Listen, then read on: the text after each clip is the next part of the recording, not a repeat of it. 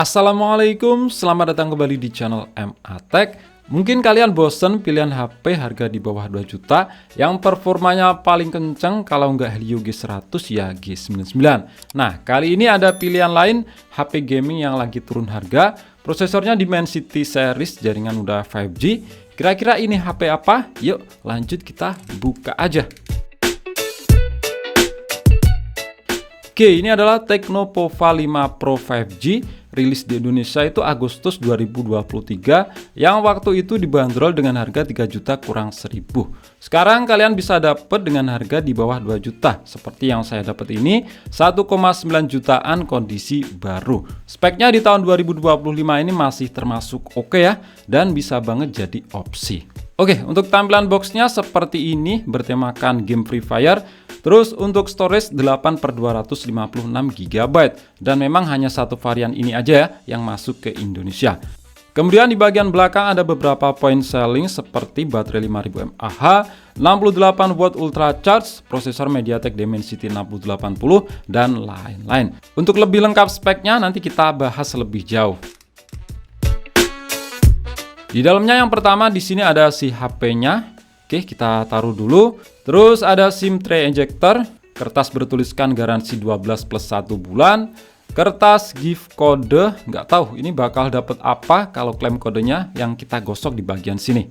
Terus ada buku panduan pengguna, kartu garansi, stiker yang bocil FF bakal suka ya.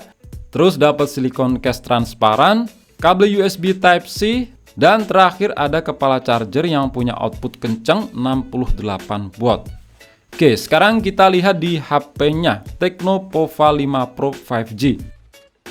Nah, untuk stiker IMEI kita lepas nanti aja ya. Alasannya karena ini HP bukan keluaran terbaru. Kalau ada apa-apa semisal cacat, proses retur ke sellernya itu lebih mudah. Sebenarnya lepas pun nggak masalah ya kalau klaim garansinya ke service centernya langsung. Tapi langkah pertama paling mudah ya ke sellernya dulu.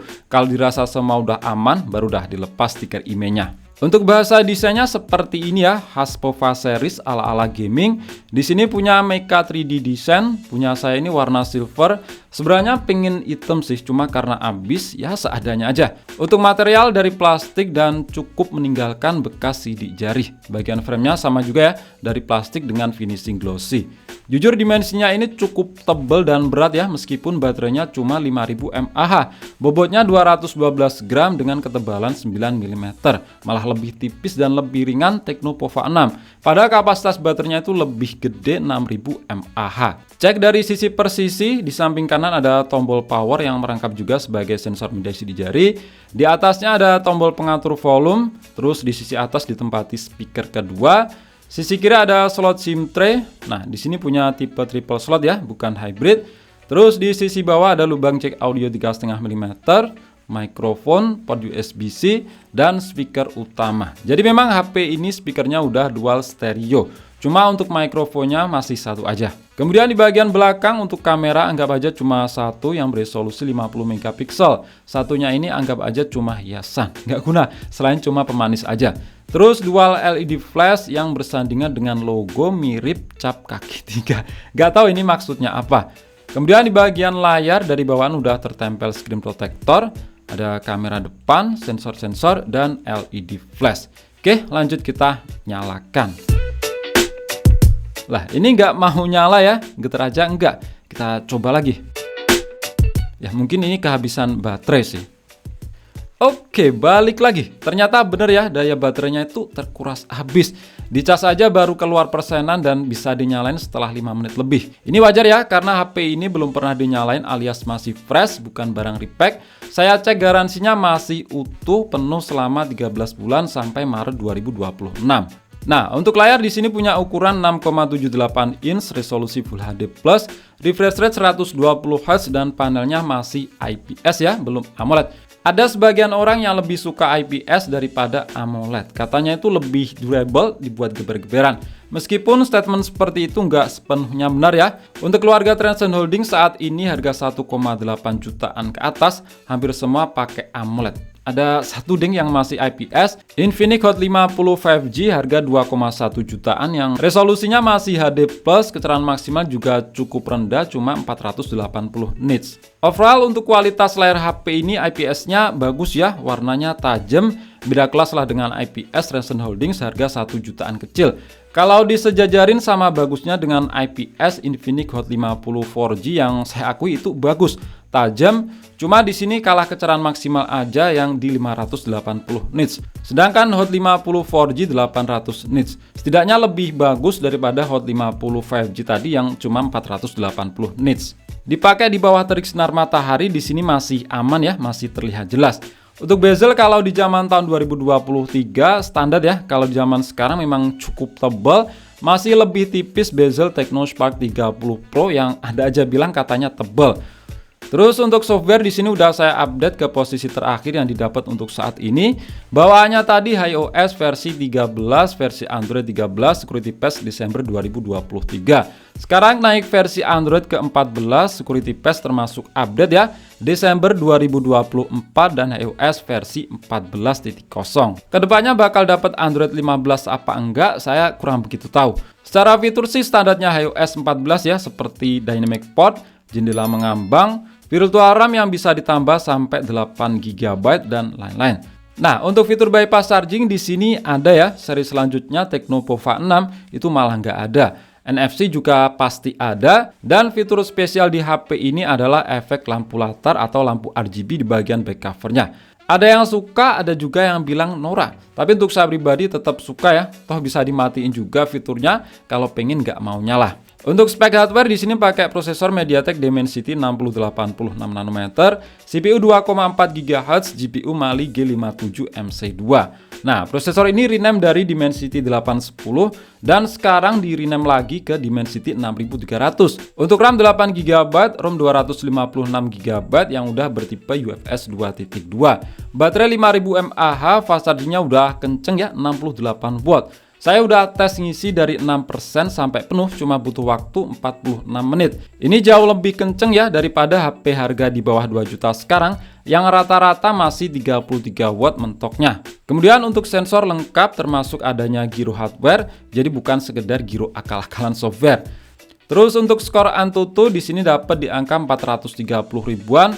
Skornya mirip-mirip dengan Helio G100 ya, kadang G100 bisa lebih tinggi, kadang bisa juga lebih rendah ya, anggap aja itu sama. Bedanya cuma Helio G100 itu CPU-nya punya clock speed 2,2 GHz, sedangkan Dimensity 6080 ini 2,4 GHz. Intinya dalam penggunaan standar harian dan juga gaming, performanya identik ya, nggak ada bedanya.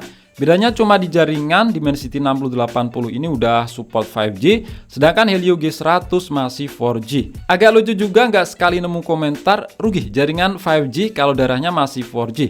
Terus di mana ruginya? Toh masih tetap bisa pakai 4G. Dan perlu dicatat 4G di Dimensity 6080 ini lebih kenceng ya dibanding Helio G99 dan Helio G100. Itu sepengalaman saya. Karena Dimensity 6080 itu LTE Cat 18, sedangkan Helio G99 dan G100 LTE Cat 13. Terus untuk multitouch di sini 5 titik sentuhan, ya standarnya keluarga Ryzen Holdings yang masih pakai panel IPS. Yang 10 titik sentuhan biasanya di layar AMOLED-nya. Yang penting responsivitasnya di sini nggak ada masalah ya. Buat main real drum udah enak banget, nggak kerasa delay. Kemudian untuk 3D Mark di mode White Level Stress Test dapat kestabilan yang udah bagus banget di 99,5%. Untuk PC Mark baterai life saya coba berkali-kali selalu gagal ya, berhenti di tengah jalan. Tapi sedikit ada gambaran pas lihat di pemakaian baterai, di sisa baterai 37% dapat screen on time 6 jam 40 menit. Penggunaan baterai pas buat ngegame nanti kita lihat di bagian tes gaming. Sekarang kita lihat dulu di bagian kamera. Nah, untuk kamera belakang anggap aja cuma satu, resolusi 50 megapiksel, pakai sensor Samsung S5K GN1 bukaan f/1.6.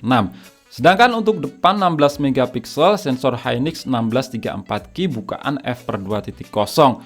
Untuk video entah belakang maupun depan maksimal resolusi bisa 2K, 60 fps juga ada cuma di resolusi Full HD. Dan stabilisasi hanya jalan di resolusi Full HD 30 fps. Nah, untuk hasil foto dan videonya kalian bisa cek sebagai berikut.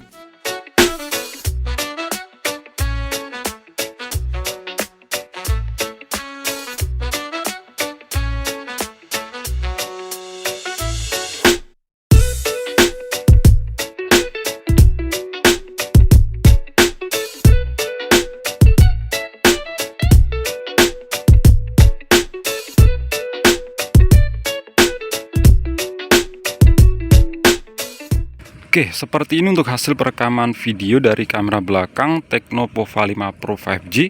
Ini saya rekam di resolusi Full HD 30 fps. Dan memang hanya resolusi ini yang jalan untuk stabilisasi EIS-nya. Ya, buat jalan kayak gini lumayan stabil ya. Dan ini untuk resolusi 2K-nya. Di resolusi ini memang cocoknya buat yang pengen detail lebih ya, semisal buat ngonten dan ditaruh di tripod. Buat jalan memang nggak cocok karena itu kerasa getar, nggak ada stabilisasi di resolusi ini.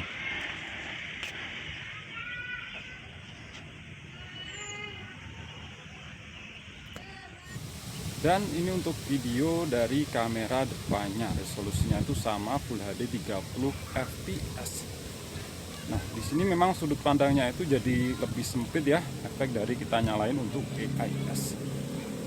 Ya, untuk stabilisasinya memang bukan yang stabil banget ya. Lanjut kita tes game. Di sini ada 3 game yang kita tes: Mobile Legends, PUBG Mobile, dan Genshin Impact.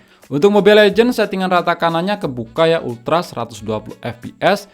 Cuma supaya bisa 120 fps kalian harus atur di mode performa. Karena kalau default mode seimbang frame rate-nya di lock 60 fps. Nah, di sini kita atur grafik sedang aja, nggak usah maksa tinggi atau bahkan ultra karena bakal ngap-ngapan. Settingan sedang 120 fps di sini dapat rata-rata 99 fps. Di 5 menit awal lebih sering di atas 100 fps ya. Tapi setelah itu pas suhu mulai naik, FPS di lock maksimal 100 fps aja. FPS terendah masih di atas 80 fps rata-ratanya. Overall masih nyaman, cuma kalau mau lebih nyaman lagi atur di grafik sedang 90 fps. Dapat rata-rata FPS yang jauh lebih stabil di 83 fps. Kalian bisa lihat sendiri untuk fluktuasi naik turunnya FPS. Untuk suhu bagian layar mentoknya di 39 derajat Celcius, bagian belakang sama juga mentok di 39 derajat Celcius. Ini posisi settingan sedang 120 fps ya, itu bisa lebih tinggi, bisa juga lebih rendah suhunya tergantung settingan grafiknya. Overall suhu segini tergolong hangat aja, bukan yang panas. Kemudian untuk PUBG Mobile settingan yang didapat mentok di balance ultra, belum dapat ekstrim 60 fps. FPS yang didapat udah stabil ya, sekelas Dimensity 6080 dengan settingan maksimalnya rata di 39,5 fps ya, katakanlah 40 fps sesuai frame rate ultra. Kalaupun kebuka ekstrim 60 fps harusnya masih ngangkat. Untuk gyro juga aman, nggak kerasa delay karena pakai gyro hardware. Terakhir Genshin Impact, settingan terbaik kita atur di lowest 45 fps. Dapat rata-rata 36,9 fps. Kalian bisa lihat sendiri fluktuasi naik turunnya fps. Ya tipikal Dimensity 6080, masih sangat playable. Cuma ya itu harus menyesuaikan settingannya. Setidaknya di sini sedikit lebih tinggi dan stabil ya dibanding Helio G99 atau G100 yang biasanya dapat rata-rata sekitar 33 fps. Untuk suhu bagian layar terpanas di 40,8 derajat Celcius. Belakang kurang lebih sama juga. Penyebaran suhunya cukup merata ya, karena HP ini punya semacam cooling system. Terus pengurangan baterai ketiga game tadi sama ya, di tiap 30 menitnya berkurang 10% dengan settingan grafis seperti tadi dan menggunakan jaringan WiFi. Jadi ketahanan baterainya standar aja ya, bukan yang awet-awet banget, di bawah rata-rata 5000 mAh dengan prosesor sama. Kalau buat streaming video YouTube 1 jam berkurang 10% menggunakan jaringan WiFi. Kemudian untuk speaker yang di sini punya dual stereo, kualitasnya B aja. Powernya sih kenceng tapi terlalu rame, kurang balance, treble-nya lebih mendominasi. Cuma tetap lebih baik ya dibanding kualitas speaker dari Tecno Spark 30 Pro yang di situ lirih banget. Full volume-nya itu kalah dibanding 75% volume di HP ini.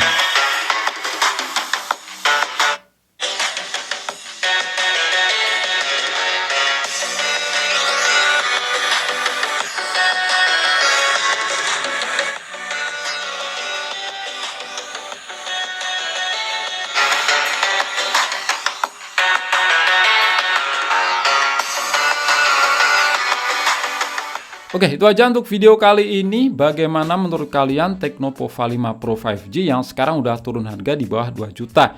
Menurut saya masih worth it, kalahnya yang paling kerasa cuma di bagian layar sih, yang masih IPS, belum AMOLED. Sisi lain seperti prosesor, jaringan udah 5G, fast charging kencang, bisa banget jadi pertimbangan. Ya sama-sama jaringan 5G dan sama-sama dari Transcend Holdings, lebih mending daripada Infinix Hot 50 5G. Klik like jika kalian suka dan share jika kalian rasa video ini bermanfaat. Kita jumpa di video selanjutnya dan wassalamualaikum warahmatullahi wabarakatuh.